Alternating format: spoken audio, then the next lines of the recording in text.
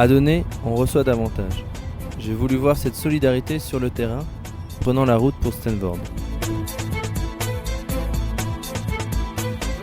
Bonjour, Bonjour. voilà, bienvenue à Stanford et je te présente donc Damien, le président de l'association Terre d'Errance Stanford. D'accord.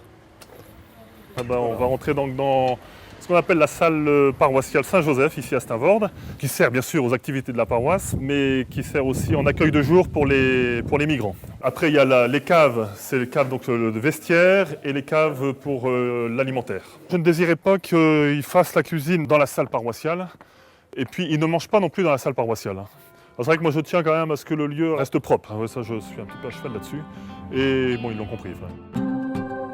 Bertrand Lenaire, je suis curé de 2 paroisses, Notre-Dame d'Espérance et Saint-Pierre-Saint-Paul des Monts de Flandre, et je passe un petit peu de temps avec l'association Terre d'Errance Stanford, où je suis d'ailleurs le vice-président. Alors ce qui a vraiment déclenché la création de cette association Terre d'Errance Stanford, qui n'est pas une association confessionnelle, c'est de voir des gens, jeunes Érythréens, hommes et femmes, errer dans des terrains vagues, qu'on appelle jungles, voulant accéder bien sûr à la Grande-Bretagne, en Angleterre.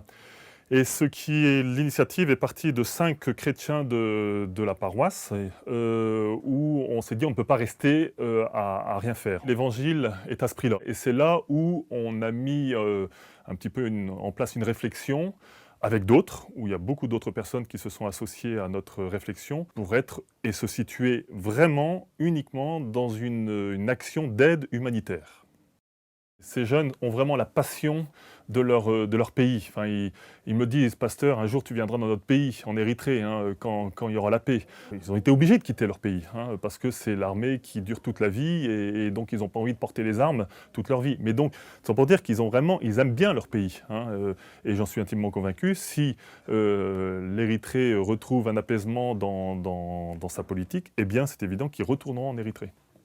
Je ne veux pas dire que la situation est en impasse, parce que non, elle n'est pas en impasse, mais c'est vrai qu'on constate que maintenant les migrants ont beaucoup plus de mal à arriver à cet Eldorado qu'est l'Angleterre, hein, ça c'est très clair. Moi je vois qu'il y a des migrants qui sont ici depuis quelques mois. Alors, qu'est-ce qu'il faut faire? Enfin, après, c'est un débat qui ne m'appartient plus, moi, hein. C'est un débat qui devient très politique. Peut-être que la Grande-Bretagne devrait aussi changer sa politique, mais c'est vrai que le Nord-Pas-de-Calais se situe vraiment en impasse. On accueille si j'ose dire, toute la misère du monde par rapport à ces populations en migration. Et que faire?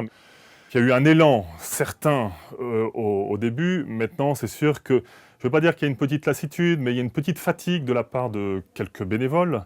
Bon, mais aussi, quand on s'occupe d'êtres humains, quand on s'occupe de gens qui n'ont pas de toit et qui vivent dans des situations indignes, puisque quand on vit dehors, on est dans une situation indigne, eh bien, on est invité à durer. Enfin, je veux dire, moi, je le dis pleinement, je continue et j'assume, mais c'est sûr que là où on en est aujourd'hui, je ne pensais pas du tout en être, il y a 2 ans, en arriver à cette situation d'aujourd'hui. Ça, c'est très clair, hein.